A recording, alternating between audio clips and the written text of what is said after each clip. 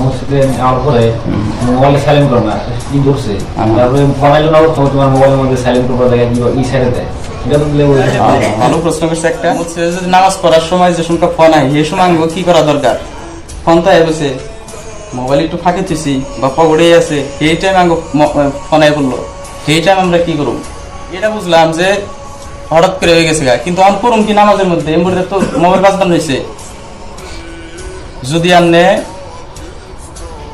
3 তাসবিহ সুবহান রাব্বিয়াল আযীম সুবহান রাব্বিয়াল আযীম সুবহান রাব্বিয়াল আযীম এইটুকটা টাইমের মধ্যে যদি আপনি অ্যাক্টিভিটি যদি বন্ধ করা হলেন তাহলে উত্তম। পকেটের ইস্তে মোবাইল আছে এরকম করে টিভি দিলাম বন্ধ হয়ে গেল, খুবই উত্তম হইলো। ইস্তে আছে টিভি দিলাম বন্ধ হয়ে গেল, বা শেষ দেয় যাবার নিচ্ছি যাওয়ার টাইমে টিভি দিলাম বন্ধ হয়ে গেল। এই কামটা আমরা করা হারি। আর যদি না বন্ধ করা হলো এর থেকে বেশি সময় লাগে, এই মোবাইল যদি ফাঁকে থাকে তখন রিংটনের ফলে খেয়াল করুন রাখবো যে রিংটন কোন রিংটন বাজতেছে।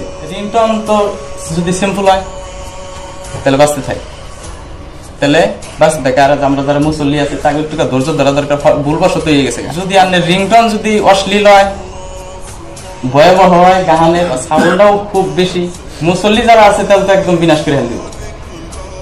তখন কি করুন? তাহলে আপনার যদি এই ধরনের যদি অশ্লীল যদি রিংটন যদি অতিমাত্রা হয়ে যায়, বেশি হয়ে যায়, তার নামাজ ছাড়া ওই মোবাইলের বন্ধ করেন না। এটা তো বুঝছি। তাহলে নামাজ যে সালাম ফিরিয়া যে এই করে দিল, আবার ফের কিভাবে রাখা নামাজ একবার বন্ধ করে मुसलमानों की दुनिया में नया एक रहनुमा निकला।